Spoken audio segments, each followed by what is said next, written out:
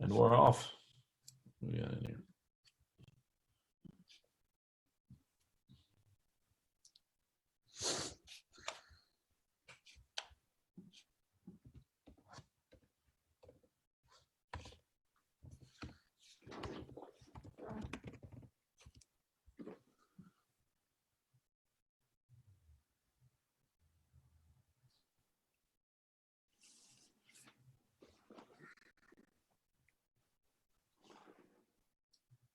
So is Linfield, is that out in Oregon?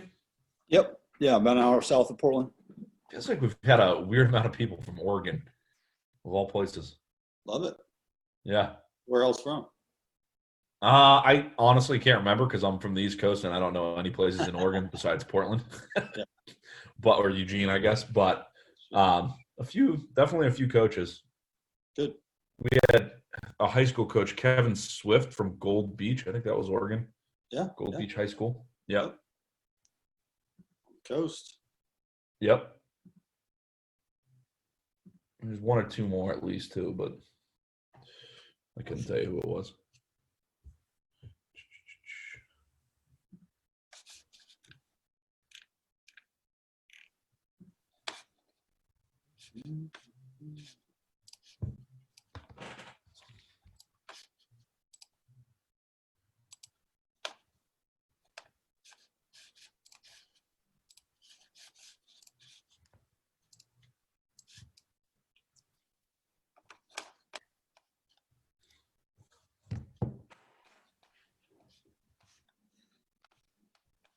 All right, guys, it looks like people are starting to roll in here, and I'm sure there'll be more that join us over the next however long we go here, 5-10 minutes, and then throughout the show. So, guys, I'm going to introduce Coach Bohemi from Linfield University, co-offensive coordinator up there, and he's going to talk about teaching spread passing concepts in pistol and gun. So, Coach, thank you very much for joining us, and I'm going to turn it over to you now.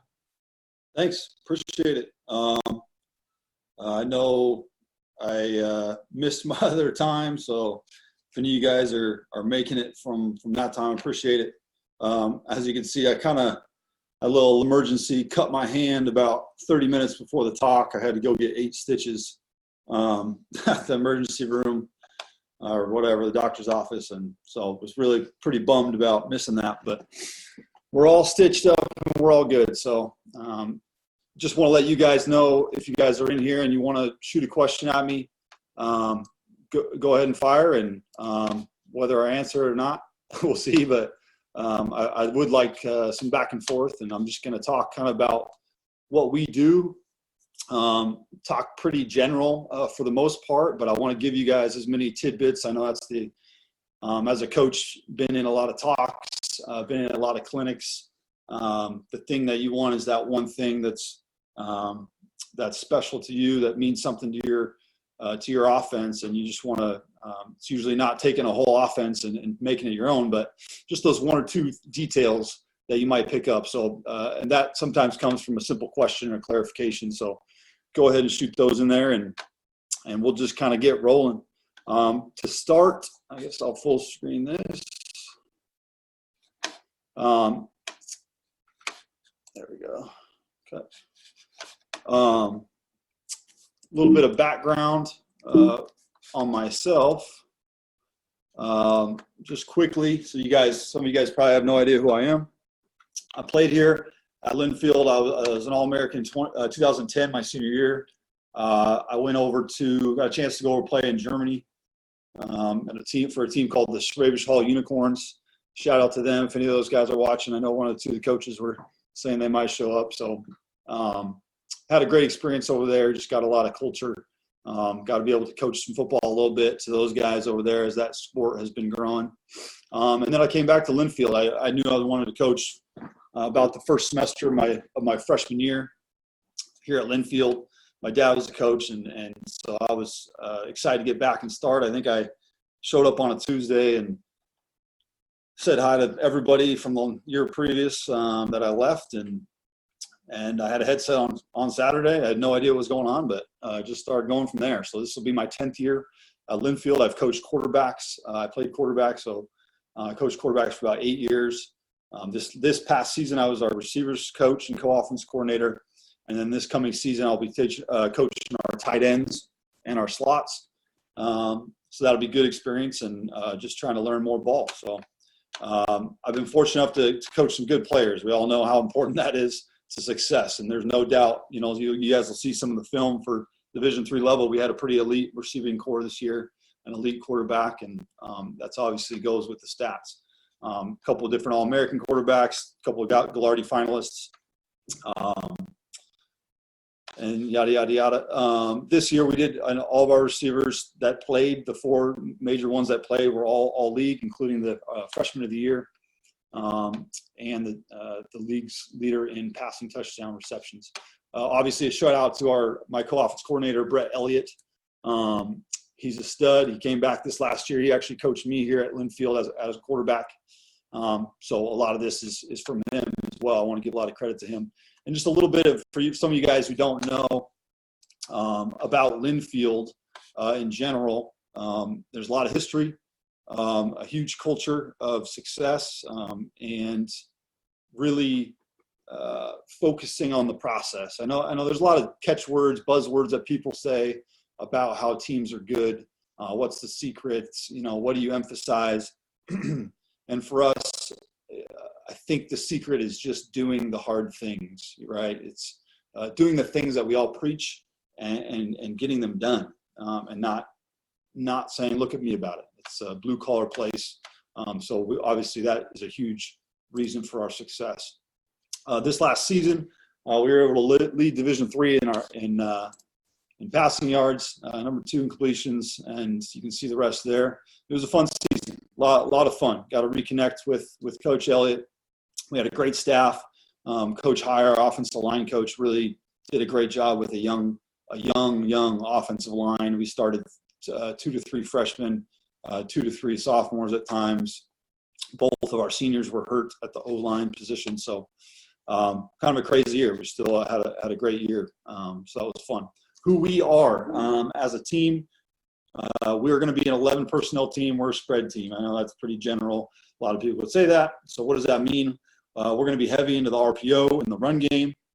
We like to change tempos. We're not a super fast team, but we do like to go fast. I think one thing that is lost in football a little bit about the speed of the game and trying to spread things out and go fast and trying to get the defense to tip their hand to get out of alignment.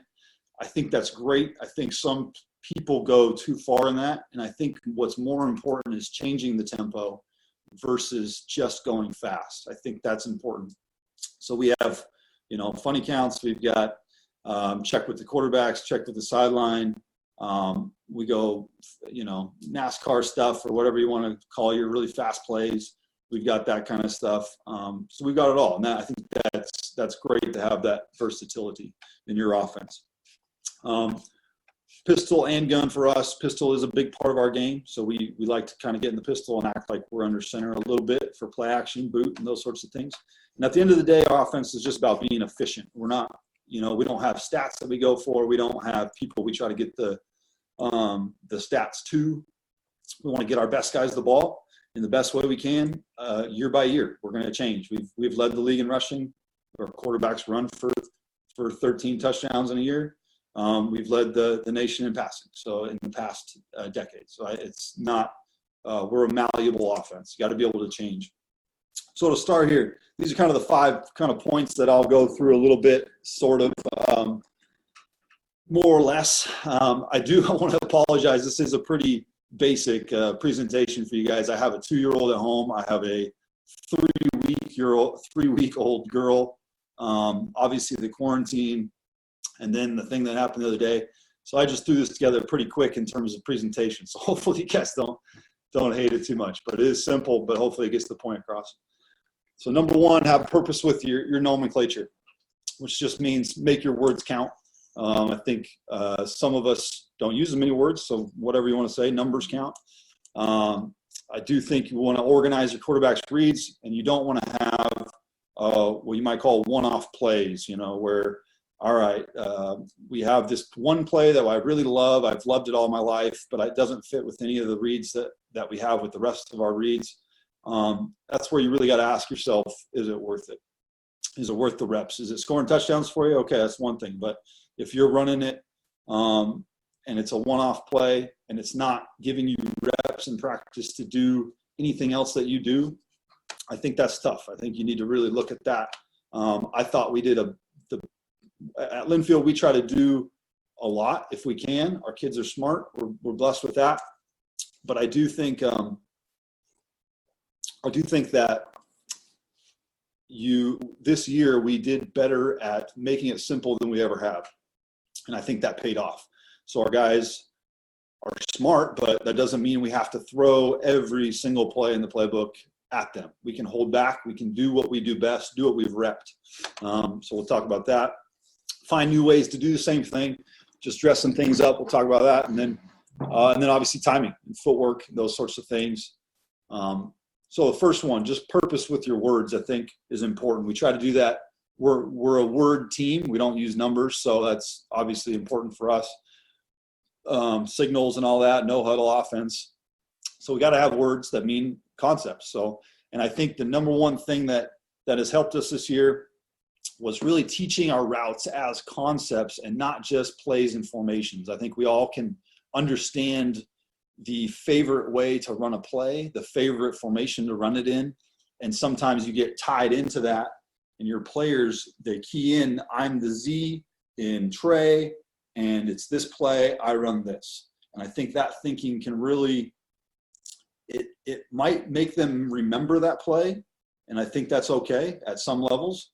But if you want your guys to be super flexible and be able to adjust on the fly in a game and run a new concept and a new formation, the things that really win big games and make you go deep in the playoffs, those sorts of things, I think you got to teach as a concept. So I am not the Z and Trey on this play in this formation only, and then we call it something else in a different formation, right? It might be the same concept, but we have a different word for it because it's a different formation. I think that's a negative if the concept's the same. So then what we do as well is we try to implement our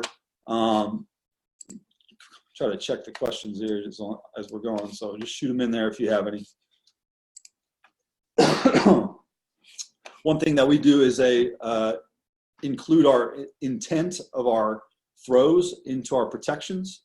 And that also gives a clue to our receivers of where the concept is supposed to be. So as we teach it conceptually, which I'll show you, we do that in the protection. So it's a double whammy for our O-line. It makes it a tiny bit maybe more complicated for them just because we're molding it to where the quarterback's looking. But as long as they can know which way is right and left, we're usually pretty good.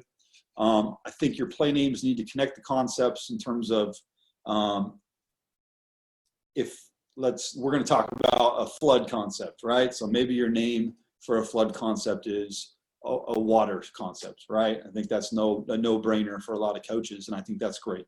A simple example, maybe you have a car series or something. Maybe your cars, all these series of plays are names of cars or whatnot. So we try to do that as much. I don't think that's brand new information for a lot of coaches, but I think that's great if you can connect your concepts with words that mean and help your kids retain. And really, I think the biggest thing with retention is that first is your starting point. When you get them right in your system and you can get them to remember quickly, and then it's all good reps. I think what you really want to avoid is not necessarily trying to get them to remember it the long term. You want them to remember very quickly so that they can repeat and get great reps, and then it's ingrained in them what they need to do. They don't think of it as the name, they think of it as the route. So, and then the bonus, if your route has any sort of clue of what people are doing, I know we try to do that.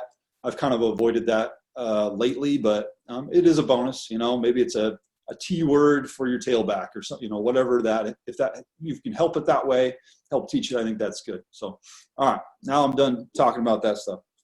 So let's watch some film. I have some game film.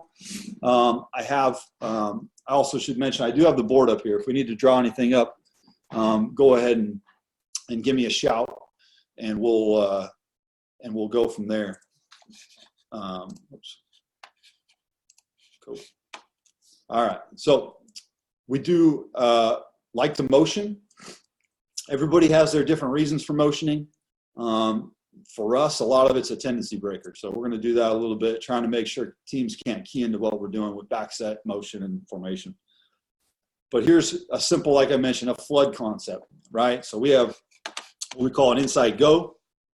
Okay, he's going to take off the top. His number one job, he cannot let that guy come off. He has to make the deep defender on his side guard him. Okay, so he's got to go, go, go, go. It helps this corner really played it horribly, and that's one of our faster guys. We had a bunch of fast guys this year, so that makes me look good. Okay, we got our sail route from number 2. Okay, and then we have really our tailback is number 3 in the flat. Okay, so there's our route. Excuse the squiggles. Okay, so as we teach this, we're going to teach this, like I mentioned, conceptually. So again, the route combination is America's play, right? Flood, not that big a deal, but the important thing I think is for us, this is concept 1. So if I am on the intent side, okay, our call is to the left. You know, whatever you make that call, it's to the left. The kids know that concept 1 is the furthest outside, okay? Concept 2 would be here. And then concept 3, who is that person, right? Pre-snap, before the motion, could have been the tight end. Okay, the tailback's got to key, everybody's got to kind of key into the motion, makes it a little more complicated, right? But now at the snap, who's concept 3? It's the tailback. So now concept 1 knows he has the inside go. Concept 2 knows he has the sail. Okay, concept 3 should get in the flat somehow. Depends on who that person is. Then we go backside. Okay, we start from the outside. So backside 1 always has a 16-yard dig.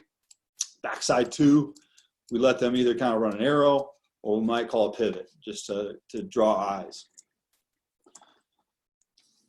Okay, I don't love this. I do, pretty bad corner play, but I do like the swim move by the receiver at the bottom. Torgy was a great receiver, played 4 years for us. Small kid, but just fast. I don't like the sail route. Okay, as we go here, I like the lose release. This is something we teach on our sail routes. Lose release, get inside. But at this point, I think he's dead if he decides to go inside of that guy with outside leverage. Okay, basically a cover 1 with hard outside leverage, trying to force any players to help. He should probably try to force the issue outside and let him push him to his landmark. Then you can see tailback. He could do an arrow, right? You can coach it however you want, but get to the flat. Question there. There we go. I was wondering how that worked. When do we do motions? We do motions. We do motions right away. I think this picture is the first Skelly of the year in fall camp. So we teach motions right away. The way we do them is very simple. I love it. The receivers loved it. And I think that they just, we didn't miss one all year, besides just forgetting to motion, but we didn't motion wrong. We were very efficient with it. So I love the way we did it. And we're just simple. We just tell them to go across or whatever, right? Just tell them what to do. You don't have to make a bunch of code words. Tell them, hey, if you're the Y, go across, right? So I think that's what really helped it. So, and then second question, what is your technique for a sail route? We have a bunch of techniques, but moral of the story, I try to teach these guys. Not so much you need to split right here and you need to be at this hash and take this many steps and those sorts of things. What they need to know is that they have to let this player clear out, right? So the closer they are to this player, the slower they need to go. Okay, so we have a few ways to go slow. We can lose, which means go towards the ball.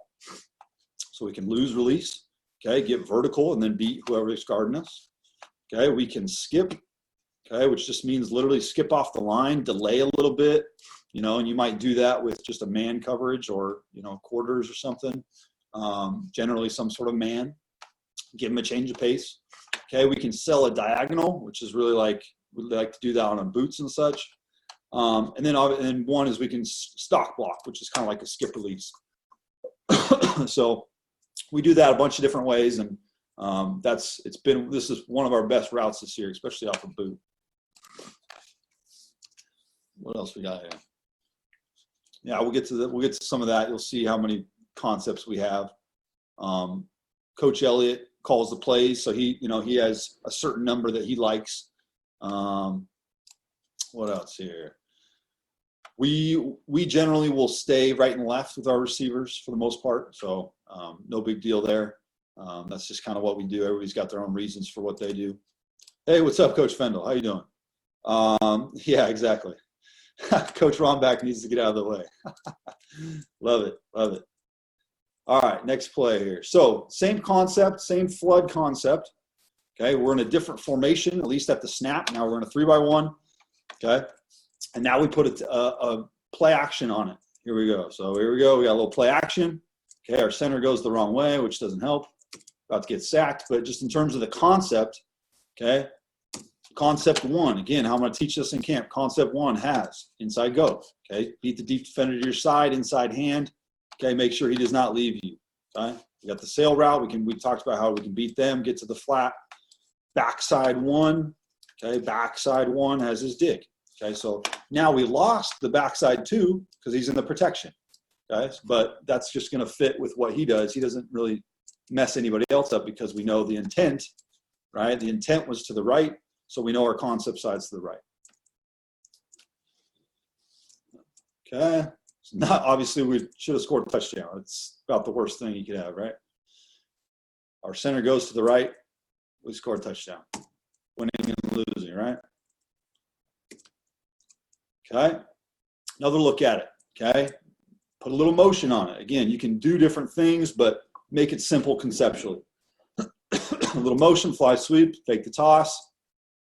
Now, who's concept 1? Pretty simple, right? Concept 1. Who's concept 2? Now it's the tight end, right? So now he knows there's no slot receiver out here, okay? So I'm concept 2. Now I have the sail, okay? He's lined up by alignment really tight, so he doesn't need to lose or anything like that. The distance between them is kind of the other way to make that separation.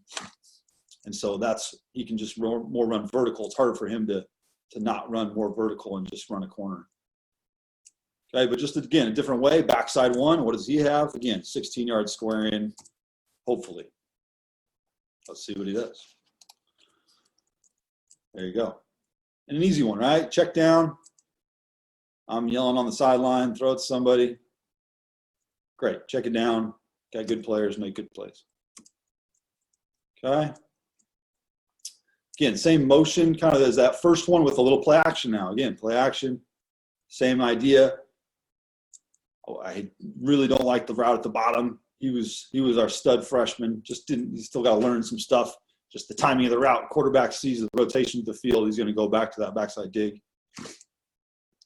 But again, concept 1, concept 2, tailback was the concept 3, and then the tight end was the backside 2. So he has that flat route to really space this route out. Question. Inside go by concept 1. First of all, we want to score touchdowns, right? So that's a play, especially on play action, where we want to score right here.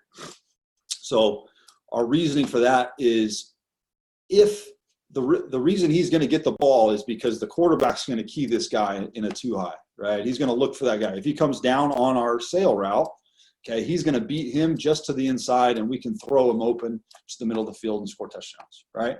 Now, if it's not quarters, let's say it's cover 3 or cover 2 in this case, right? Whatever it is, whoever the deep guy is, you're probably not going to get the ball because it's a deep half or deep third. So your job is to get vertical. Go, and sometimes be sacrificial lamb. If they don't guard you, great, right? So go score a touchdown. Don't love this. Avoid contact. I do like the physicality of it, but got to avoid that contact. Okay, same thing. Now, all right, so again, concept 1, concept 2. Now we got concept 3 is a receiver. So he should know that's a flat route. Okay, I don't have to.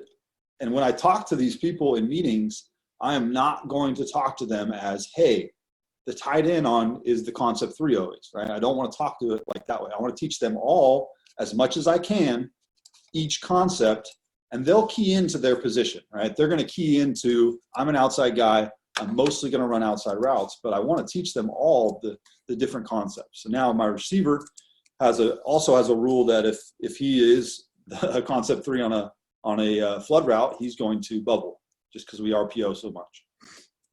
This one, quarterback, not a lot of great plays. I'm not trying to give you guys all touchdowns here. Quarterback should go throw to the sail. And this is one that I like, right? This kind of shows our inside go technique on 14. His job is to make sure 14 guards him, stay inside hand, and go and stay vertical. Don't go running into on a post. Don't go run into a cover 3 middle safety and have the corner fall off on the sail route, right? So we're trying to really, it's a flood route, right? High to low. All right, let's get through this here. I'm sure you guys have seen enough flood here. All right, some sort of curls, all curls route here. Okay, so we run it with, we call it a speed post.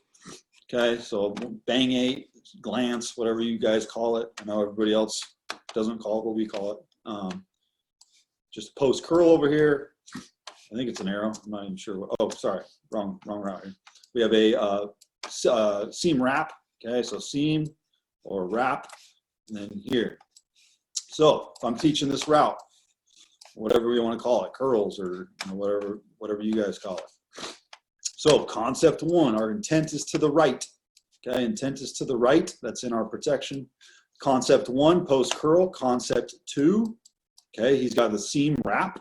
Okay, and concept 3 is the tailback, right? There's nobody else here. Tailback knows.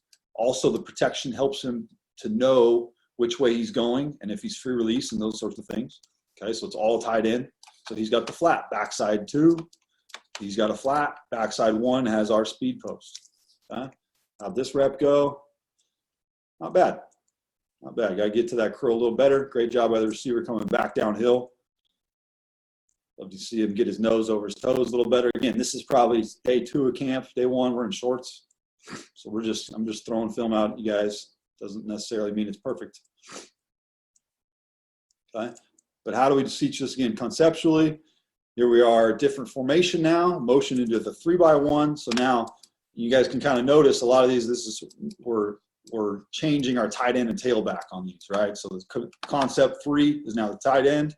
So he is going to go to the flat, okay, and the tailback's now the backside 2. He should go to the flat that side. Okay. Good timing here. 1, 2, 3. Bang it. Could have thrown a little sooner. Okay, but again, different formation. Okay, how can we do it a little different? All right, now we're in trips. Okay, now who's backside 1? What does the backside 1 have? He's got a speed post. Okay, so he can outside release. Now he's the backside 1, right? And again, now a receiver is concept 3. So you can see how we teach these things. Tailback's going to be the backside 2 in the flat. So different formations. Okay, we even told him, I think I remember this, Coach Elliott just said, hey, do a bubble or something. Maybe it was me. I can't remember. See what it looks like. Messing with some things. Do we have another one? Sweet. 2x2. This reps, whatever. Okay, move on here. Probably snoozing by now. So this is kind of how we do our QB read organization. Okay, so I think it's important to have your quarterbacks know these are the certain type of reads. Are you going to have one-off plays? Sure, it's always going to happen. I think you should avoid them as much as possible. That's my advice. Avoid them as much as possible and stick to what you know, stick to what your quarterbacks know. No matter how good the player is, I don't really believe that the better the person is, the more necessarily you can throw at them. I do believe that, but I do think it doesn't mean you're going to be better at that new thing, right? Our whole thing is reps. The best thing about our looking back was the thing that was our number 1 rep thing for spring and our number 1 rep thing for fall camp was basically our number 1 play for the entire season. So that should fit, right? We want to take the proper amount of reps for the things we're going to run the most. So that's why I try to avoid those one-off plays and especially one-off read progressions. So sweep reads, we'll go through all these. Top down, which is the flood like we just saw. And so we'll go through these. And it kind of seems like a lot, like 9, but sprints are fairly easy. That's basically just reading the flat defender. Nakeds are pretty standard, right? Bootlegs, quicks, read 1 player. So really there ends up being about, ISOs. We're going to look for matchups. I don't even think I have those on here, but, really there's 4, maybe 5 things that we're really going to do and ask our quarterbacks to do. So here's our sweep read. Okay, again, we'll talk about doing things in a different way, trying to make it look complicated. But for us, this is a sweeper. You might call it a levels route. We have a speed out right here, okay, a square in, drag, check down, and a 15-yard stop down here at the bottom. Okay, so really it's a horizontal stretch route, right? So a lot of the horizontal stretch routes, just any sort of right to left or left to right, very efficient for the quarterbacks. And our quarterback was great in terms of getting through his reads. Okay, no flat defender, high corner, 1, 2, 3, banging out. Would like to have him not hesitate on that one. Threw a little high, great catch, right? But again, so we're just going left to right, pretty simple. And I think it's important. We'll talk about timing, right? The timing of these routes need to match up. So this needs to be the first breaking route. Okay, this should be the second breaking route, third breaking route. Sometimes the checks downs early, which is okay. And then this one needs to be long because it's the fifth read for the quarterback. Okay, similar concept, right? Similar concept. We're just kind of switching who goes where. Okay, I really love the way we do empty. Coach Elliott brought that here. He was a big empty guy. Not sure if all you guys know, he actually has more touchdowns in a season than Joe Burrow, so look it up. But ran a bunch of empty when he was at Linfield. Similar concept, right? Same thing. We'll kind of go a little quicker here. Again, let me know if you have any questions. Same concept, trying to make it look difficult. Okay, just a motion, seems silly. Some teams don't adjust, and that's okay. I think that's okay. I think for us, if we know a motion is going to do something, we're going to try to do it to try to gain that advantage.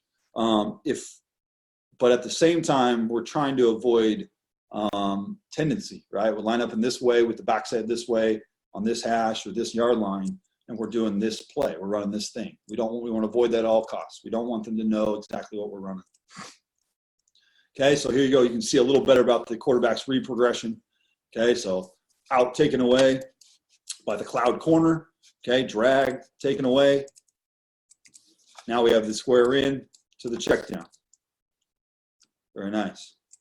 Okay, just good timing. One, drag, he's looking, square in's looking, then the check down.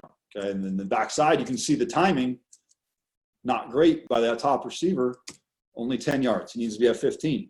That's why the timing doesn't work out. The quarterback's never going to get him the ball at that time. Okay, so sweep reads. We'll kind of go a little quicker through this, I guess. Same idea. I think, I just showed this one. This is a different concept, okay? Basically kind of your, our tailback went the wrong way. Should have gone this way. This is basically kind of your smash concept, just a high-low over here, corner and a flat route. Okay, and then our flow, and then our backside curl. So the quarterback's really coming all the way to the backside. So left, and the faster he knows that there's dudes over here, don't force things. He knows he's got a great concept. If you give your quarterback options, okay, he can find it. And I know that's hard. That's hard for high school guys to say that. You know, maybe my guy can only make 1 or 2 reads then run. Well, that's fine. Well, make your third read run then, right? Whatever it is, give him as many options as you can. For us, our quarterback was not a runner, so we're giving him as many 5-man routes as we can. Okay, so he gets all the way back, sees this guy carries at all. He knows he's got should have a curl flat down here. Might even be able to toss it out the tailback. And then one thing I do enjoy about keeping it, just in general, keeping it simple. What's the old adage, right? Complexity within simplicity, or whatever that is, right? So this is the same concept as we ran before. We already ran this play once or twice, and all we're going to do is tell one player to do something different. Now, what that does is it keeps it in the same read category for the quarterback, right? The timing might be a little different. We might have to change the timing a tiny bit depending on the routes, but all we're going to have him do is a double move. And I actually listened to a little talk by, I think it was Lincoln Riley, talking about the same thing. And they do the same thing on their mesh concept. Just tagging a double move and then keeping everything the same. Okay, so just give one guy a different thing to do. And let the quarterback have the same read progression. So out, we still have the drag, the in, the stop, the check down, all that stuff. If he thinks that double move's not going well, he can get back to his read progression. left to right. Went pretty well this time. Scored a touchdown. Great job. Not a great route, but good enough route. As our head coach loves to say, bringing food home for the family on that one. Okay, then our top-down read, I'll go pretty quickly on this one. This is a boot version, but again, just flood, right? Flood route. Okay, so what we're talking about is a deep, a middle, and a short. Okay, flood routes are obviously outside the hashes, and then you could have some sort of, however you want to call it, dig concepts, high-low in the middle, but you can talk about those reads as being the same, top-down. Quarterbacks always know, top-down, okay, high-low. With nuance, right? We're gonna keep things simple, and then we're gonna try to teach the nuance a little bit, right? Okay, in this situation, we might look at it a little differently, right? In this coverage, but in general, they should be able to just go run the play in a new situation as long as they know it's a top-down. Again, we've already watched plenty of flood, and just FYI, we don't call it flood, but trying to keep things general so I don't get in trouble by my coach. Okay, but basically the same play, different formation, right? This one was pretty open, just had a little pressure. So high to low. Okay, now a different version of it. I know those are kind of just general floods. Okay, so kind of a double move in some ways. Okay, so here's our inside go. I told you about stalking, so fake blocking, stock, horn, and then a flare by the back. Okay, this is faking a flare that we ran a couple times in this game. They fly up. Great. Inside goes job. I'd like him to maybe be a little slower, but it worked out. Okay, take that number or that high corner out of there. Make sure he guards you. Came in a little too much, probably. Could have kept it a little higher. And the tight end could have been a little slower, just so he doesn't get smacked like this. So we really truly get 3 levels, right? We want to get 3 different levels. Make the defense, defenses aren't designed with 3 levels. They have to find ways to get 3 levels. We even have the check down open. Okay, but different, again, teaching wise, the same. Okay, and then of course we're going to have backside routes. Okay, we're going to have backside situational routes when we don't like the concept. Okay, in this case we had what? Double slants.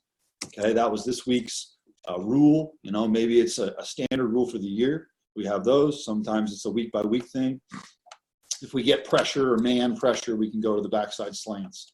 I think was this week's rule, that sort of thing. Okay, so just going through here, again, another top down, you can see different formation, kind of the same idea though, double move. Our slot receiver's giving a nice fake there, it's nice. I don't love that actually, I don't know if it sells it that much. Actually, personal preference, I like these guys not doing that in some ways because then they can catch the ball. Sometimes your quarterback needs to, if you have the deep, shot, maybe it's double posts or like this where you get a 3 level. I like the quick check down sometimes. Sometimes everybody guards it. You want to just throw it down right down to the check down because nobody's in the flat. So I don't love jumping like that all the time. But again, this one's one of those nice plays that works out. So we're just teaching it top down for the quarterback and not complicated, right? How are we teaching it? Again, different formation, motion, boot, different guy coming into the flat. Okay.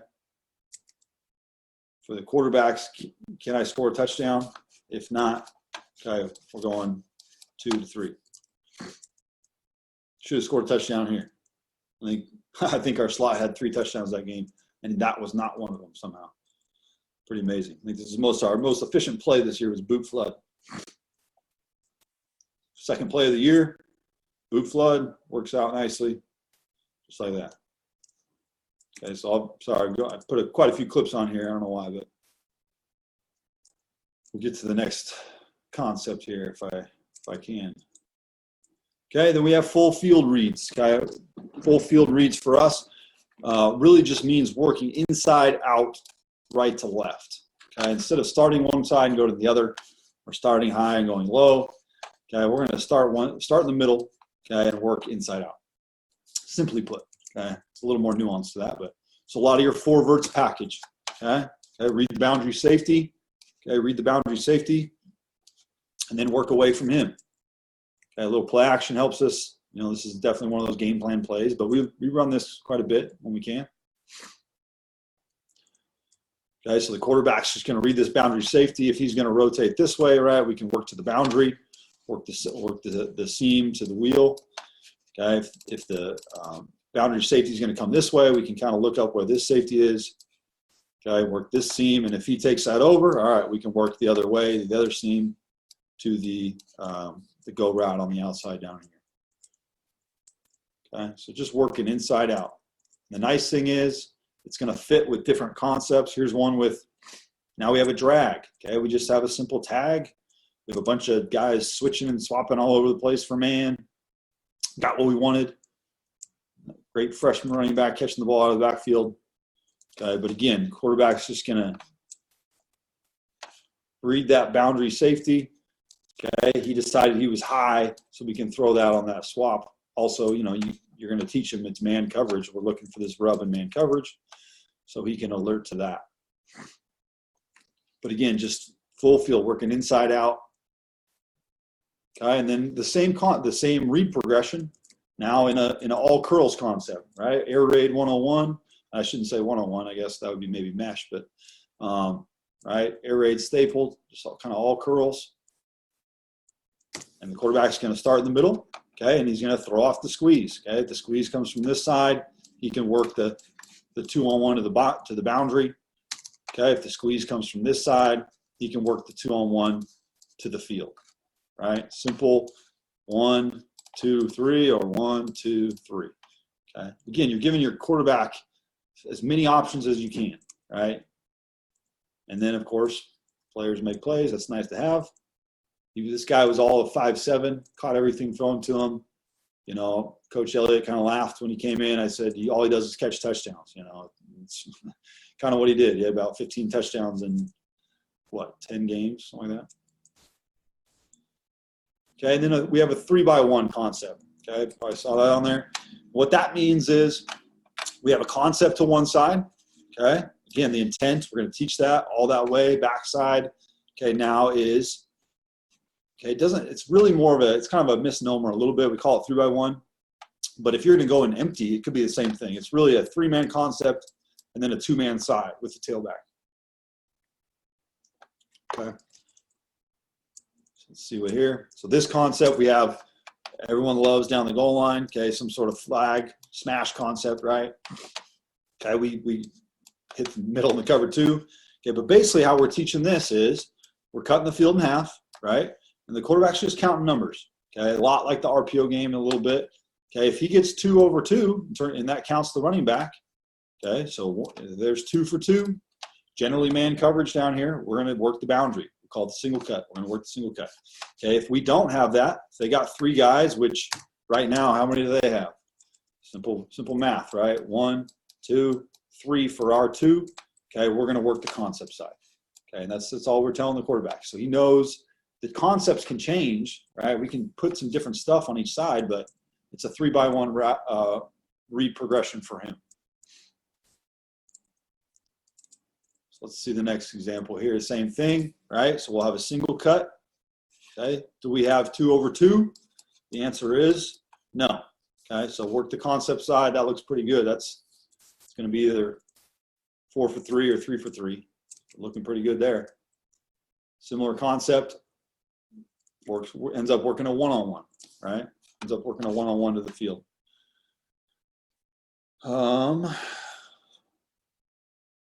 Reps, right? So the question is, do you teach your quarterback what read goes with every concept? Do you teach your quarterback what read goes with every concept? Yes, right? So every play that we have is going to fit one of these categories. Okay, so he knows the categories. Our base plays are going to fit in those categories, so he knows our base plays. And then if we do have a little bit of tweak, if we do have a little bit of change in formation or whatever, then he can adjust on the fly. He knows those are top-down reads, those are sweep reads, whatever. And then just game plan-wise, you can tweak it as well. So we're teaching him this concept is always a 3-by-1 read. Okay, whenever he hears that play name.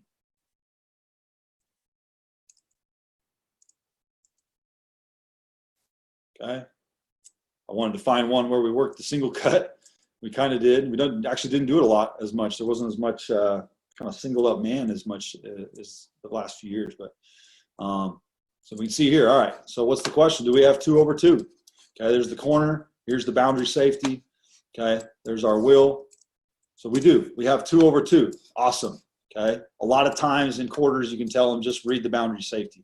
That was when I was coaching. I was heavy on that. I know Coach Elliott preaches the same thing. It's just, you can just go away from the safety a lot of times. If he's helping to the boundary, great. Work the field. If he's helping the field, work the boundary. And that works in those 2 high situations. But so, again, the question is, do we have 2 over 2? Great. Work the single cut. We'll see from the end zone. I would have loved to just hit this speed post, hit that bang 8 or whatever you want to call it. He ended up checking the ball down on third and 9. Probably would have had a first down. At least our running back had a sweet flip. But you can see from the end zone here.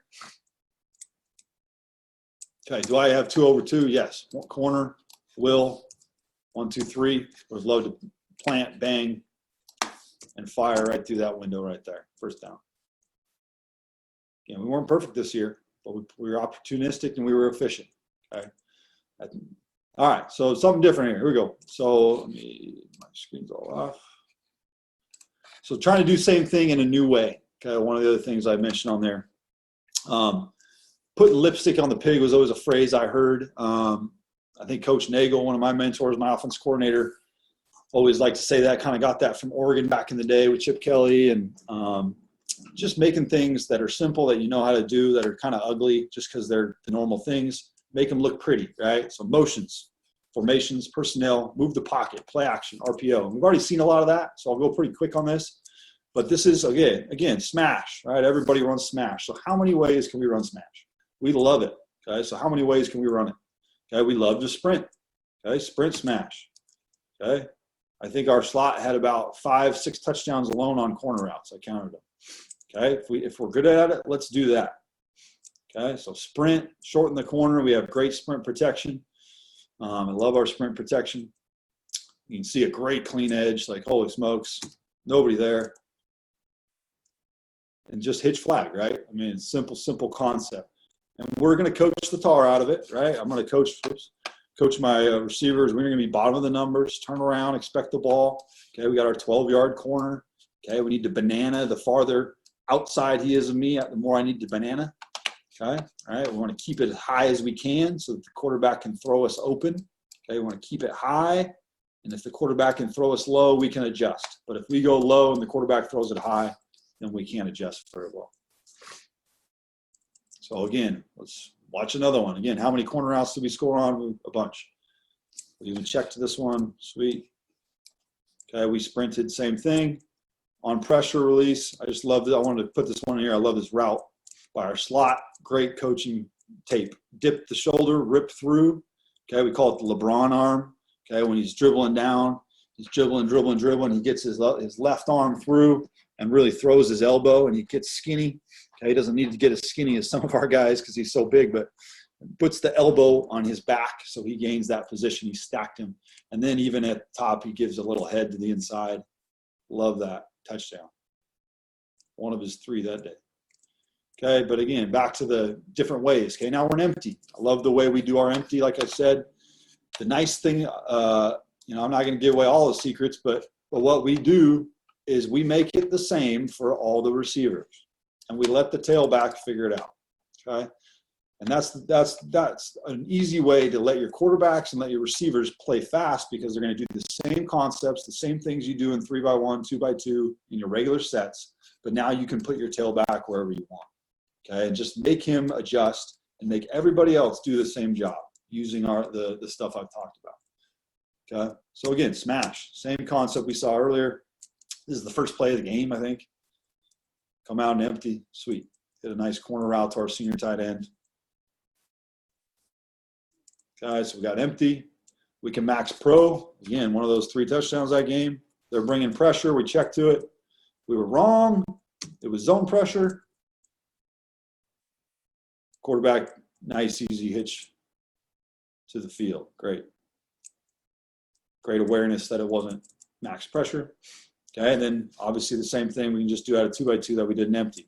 Okay? And it doesn't seem like a lot when I go through this, right? But to a defense, this is how many different plays, right? How many things do they have to drop on a card? That's what we're trying to get to, right? Okay, here's a little motion. We love to sprint already. Same thing, same people getting to the same spots, right? This is a smash concept. You get to the flat, you have a corner, right? This play doesn't work out great, but at least we had a great edge. Quarterback ran, sweet, 4 yards is a great play. First down. Okay, they had a max coverage into it. That kind of sucks, but make a good play out of it. So again, just little ways of doing it different. Here's our levels concept again. Here's our empty. Everybody's doing the same job. Ignore him.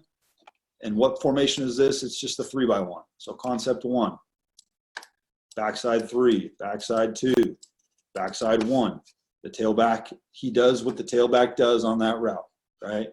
Assuming everybody else is in their normal position. So we can do it in quads with a little motion. It looks complicated. Again, this is just kind of day 3 spring ball or fall ball. But just trying to put lipstick on the pig, right? Line up in quads. Don't like the way we did that, but I do like the catch by the tight end. Our slot receiver should have gone second, right? We want to get the rub here. So 1 underneath with 2. And then the other thing we kind of coach our tailbacks up, if you are going to do stuff like this, is just get out of the way, right? So if he's not a highlight guy, we're just trying to spread the field. Let everybody go, and then you can go do your thing, especially because he's oftentimes the check down, right? When you were running our normal concepts. Oops. And then bunch, right? We can do it from a bunch. So, and again, what helps us be able to do some of this stuff, did we do all the different variations of this during the season? No. Did we run them in practice? Yeah. Kind of to mess with things. We try to not be bored. And we want our guys to think a little bit. Hey, what if we did this? What would that look like? Go for it, right? Ask them those questions. And again, we were fortunate. We had really good we had 4 seniors, 3 that played mostly, and they were great, but still, I thought our freshmen did really well this year. And the last thing is timing. Obviously, that's important in our any passing game, but especially in empty, right? Don't have a lot of time here. Okay, so, and I just want to point out the timing of the routes, right? As you're designing routes for your offense, that has to be paramount. And I think one of the follies that we had in years past, and it wasn't necessarily an oversight, but just an old school way of thinking, was at times, a quarterback might only have a half field, right? Go over here or over here, and his options were limited, right? If he went over here and they did not get open, he had 2 options, maybe a third check down, maybe. Okay. On this play, now that we're doing it the way we're doing it, okay, he has 5 options. It's just, again, we're going back to that sweep read, giving them as many options as we can. Hitch, corner, didn't like that. He already got past his flow route into the curl flat, right? Great, love it. Super fast through his read progression, love it. Receivers coming back downhill, could have got a little deeper, little short on his route, should be a little deeper. Question.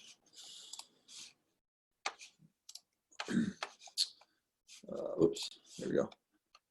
Do we do pre-snap reads is the question. Do we do pre-snap reads?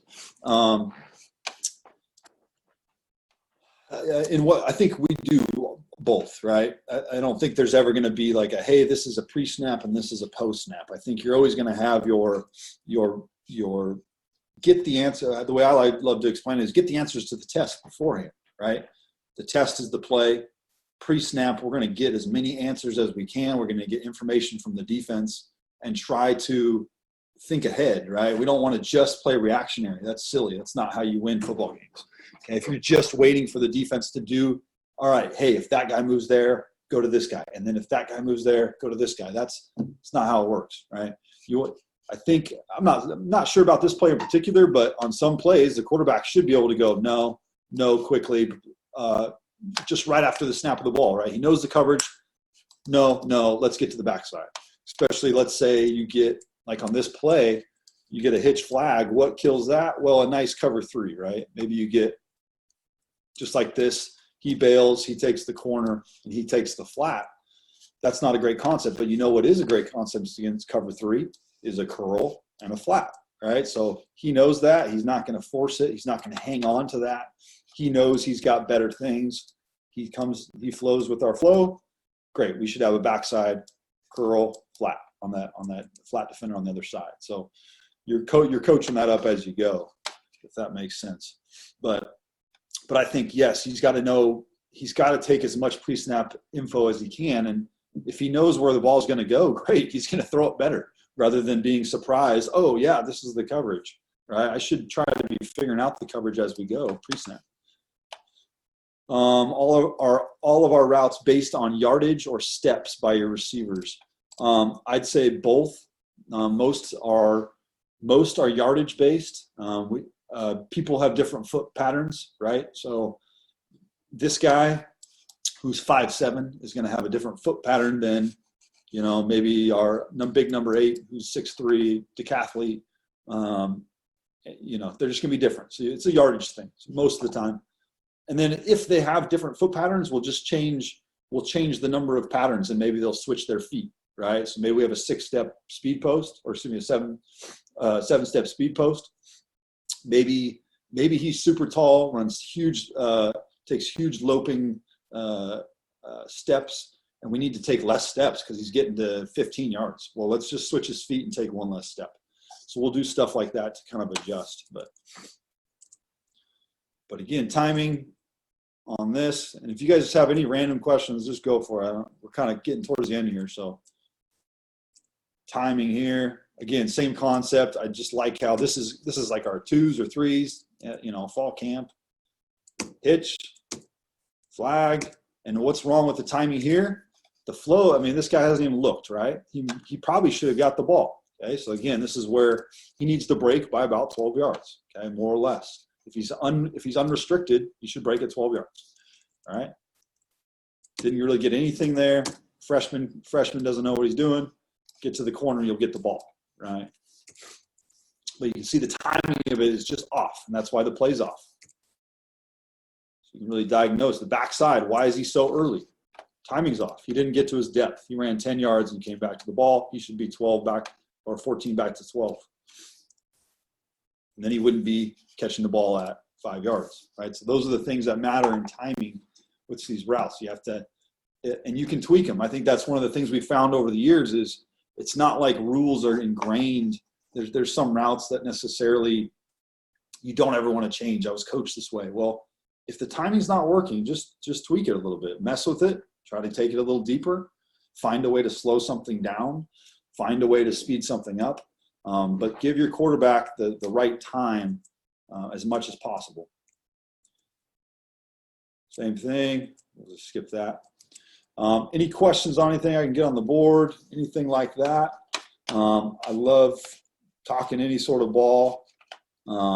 And appreciate all you guys coming out here, by the way. This is a really cool opportunity to just get coaches together. I know we're all going crazy. Like I said, I got my 2-year-old and my newborn. I got about 5 hours of sleep, luckily, last night. So question, do you prioritize coverage, read, or space? We do read some plays. I think I maybe alluded to that. Let's see if I can find it. Oops. All right, so we're going to have some plays we're going to read routes. Okay, you might say run and shoot style, right? So this one right here, he actually did it wrong, probably day one.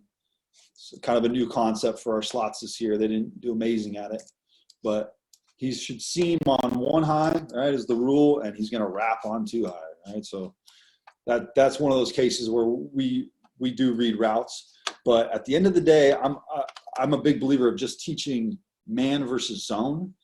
I think that's what it is. The zone is going to be get open. You're going to have your rules. Maybe I have to get inside this person on this route. You might have a rule like that. But at the end of the day, I need to get open. I need to find space for the quarterback.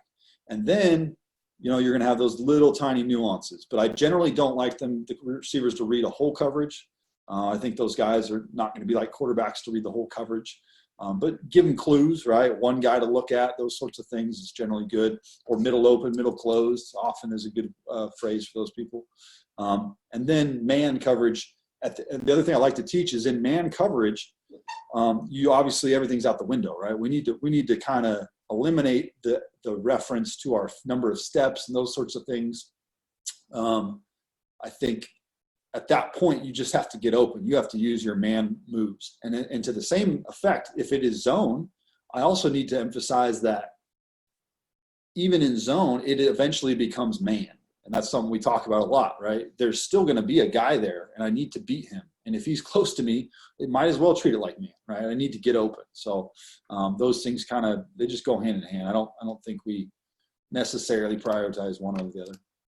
If you have a top-down read, would you change the read to bottom-up based on coverage? I used to do that a little bit on bootlegs at times because we didn't throw the deep ball very much. And so I wanted quarterback's eyes to flip around and get to the flat route. But no, we don't do that on a lot of our top-downs. It's more of I'd say a coachable thing, a game plan thing where you say this might be open, but at the end of the day, we need to stay true to our reads. And again, I don't like to make one-offs. I don't want it to fit differently than the rest of our plays. So I think that's important for the quarterbacks to keep consistency, because if I'm designing the play to where, you can't, like you said, your examples, the air raid shallow, right? Where that's a really all encompassing play, maybe like mesh, right? You could say that same thing. Like, I want to run this against everything. And I think that's great. But I think in general, you can design plays that don't need to change the whole read progression, right? I remember when I was getting coached, that same levels concept, right to left, outs, drags, and ins. We would change it a little bit. Like in our meeting room, we might talk about, okay, we get cloud to the boundary. He's not in the read progression anymore. But you don't necessarily need to talk about it that way either. You can just say, just get through the read quickly. He's clouded. He's not open. Get to the next read. And I think that's a different way of talking about it. So you just got to weigh that with yourself. I think we don't do that. So we try to avoid changing the read progressions for the quarterbacks as much as possible. Can you go through the routes on the levels concept again? And I don't know what you guys call it. I just kind of made up some names. I don't want to use all of our words, but so, whatever you want to call levels, out, drags, and ins. I was seeing NCAA football. I'm an old guy on there. So, right, you get this, you get this, you get that kind of concept, right? A lot of same level, what I like to call horizontal reads. Horizontal stretches, where we're going to put 5 guys in the 5 different spots in the field. So we're trying to stretch it horizontally. Okay, so I can draw this up at the end. Okay, on most all of our horizontal reads, we should get a nice spacing. You can look at it as a W for win, okay, or an M if you look at the other direction, an M, I don't know, which way you want to look at it. But the routes on that, we're just running our 6-step speed out, okay. A lot like mesh would run, that speed out concept, 6 steps. Okay, gain, release, in. You get a nice rub here, right? A crosser, anytime you get crossers is great. Okay, but a 4 to 5 yard drag, a 12-yard in. Okay, that's good to have it at 12. They have to get depth. Again, the timing is huge on that, right? It's got to be 1, 2, and then if these guys often stop at 8 to 9 and they're too early, right? And now the second level defender is driving that. You kind of see it. Let's see what it looks like here. Right. So a lot of times we have to tell these guys, okay, it's man now, it's zone, but who am I beating? Am I beating the guys that aren't looking at me? No, I'm beating the deep defender. He's the one keying into my route, and he's the one going to jump and tackle me. So I need to take that vertical, get to my full depth, take my time so that I'm open when I need to be open. And then our check down is just a circle away. And then this should be a stop, which means he replaces his steps at 15 yards. Okay, so basically get the heck out of the way. You can run a comeback or whatever, but stay in the flat. Don't come in the curl. So those are kind of the routes there. Your 4 verts, do you teach bender or you teach landmarks and quarterback throw the receiver into the window? I guess I can pull one of those up. We do teach a bender. We're not a huge, traditional, air raid, run and shoot, four verts team. We don't do it amazing. Look at our stats this year on it. It wasn't great. But a lot of play action is where we run it mostly. So it oftentimes ends up just going vertical. But how we're going to teach it in the meeting. Of course, if we get the high safety on the hash, we're going to teach these guys to bend it. And I tell them, again, I don't like to be super specific. I do like the fact that when you talk to an air raid guy, he'll probably tell you to just get open, right? Get open route, a gore route. I know some guys talk about it like that. Just get open, turn it into a curl. If he is low and you can beat him as a post or go by him. But at the end of the day, we need to figure out who's guarding us and beat him. Right? That's kind of how I like to think about it. So we do teach it. We do teach I wouldn't call it a quote unquote bender for us, but we've done that over the past. But I just think when we call four verts, generally we're trying to hit the outside guys. We're not a team that loves to bang, the seams anymore. I think teams have gotten better and better at linebacker drops to those areas. Back when I was first playing, I felt like quick play action seam was just deadly. Four verts was just, you could drop back and run it.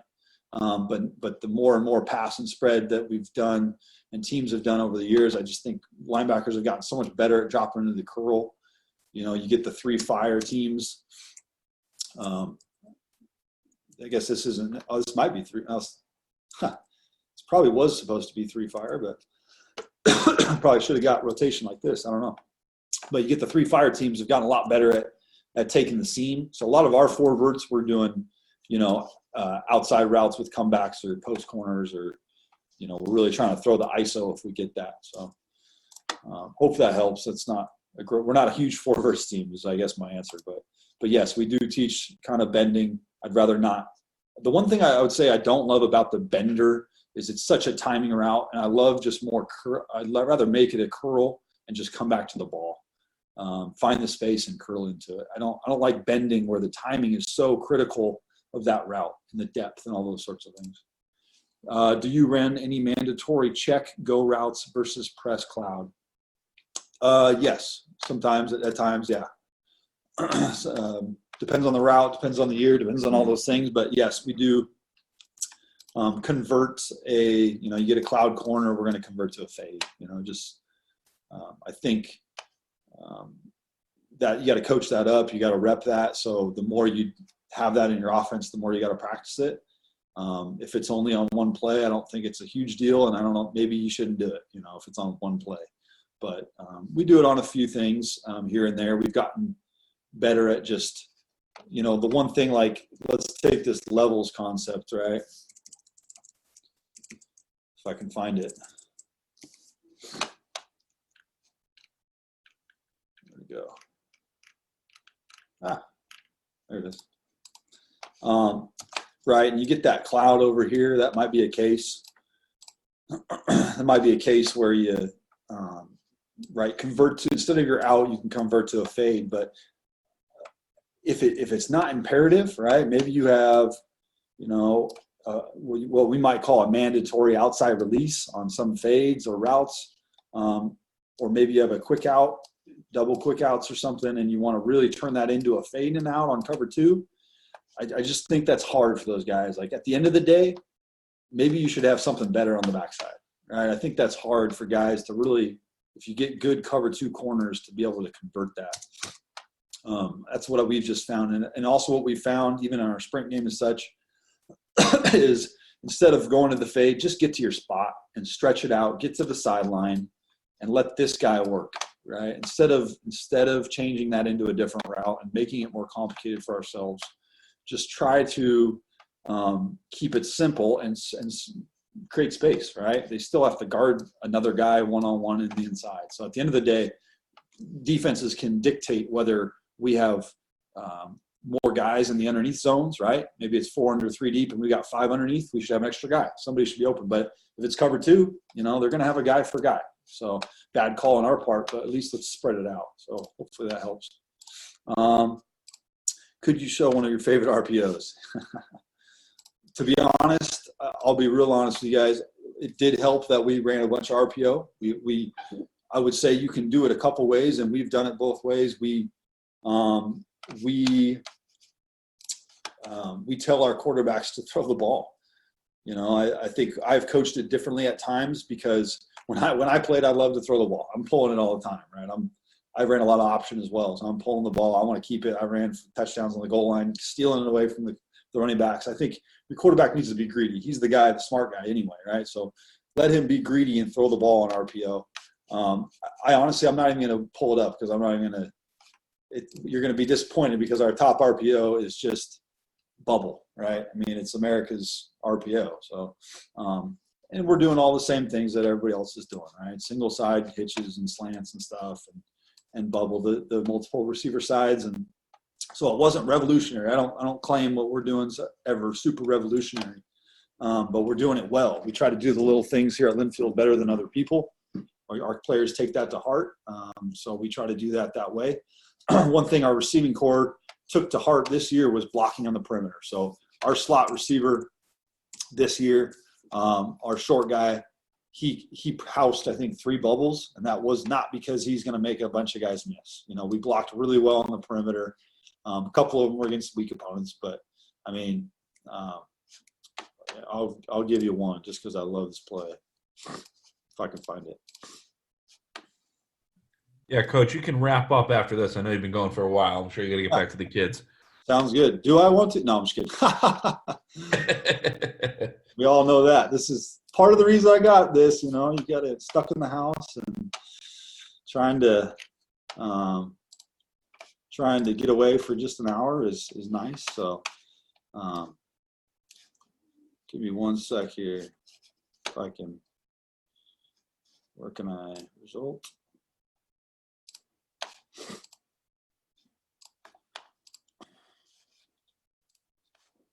Right, and we're going to do stuff like this. We're gonna run inside zone, okay? Inside zone with bubbles, and our guys really blocked the heck out of it. I didn't even teach them cuts. This is the first game we cut the whole year. We scored, I think, almost 2 touchdowns on bubbles. But again, we're doing a lot of that stuff. Just everyone's doing. Right, this is just inside zone, duo. Some people call it duo. Those sorts of concepts on the inside run with bubbles. So. And our guys just blocked the heck out of it. This guy was skinny and scrawny. You know what I mean? I had the other short guy who scored the very first touchdown. He's 5'9", 170. And, he blocked his butt off. It was just an attitude thing. And we tried our best to make it a thing that we did. So what drone do we use? We use the Phantom drones. They're great. They're cheap. You can go get one for probably less than $1,000. Some of the older ones. I'm our video coordinator, so sorry, I know cheap doesn't sound right, but you can get an old drone for a couple $100. So I think it's worth it. They're great. The film is amazing for the quarterbacks. Even you can use it for defense, offense.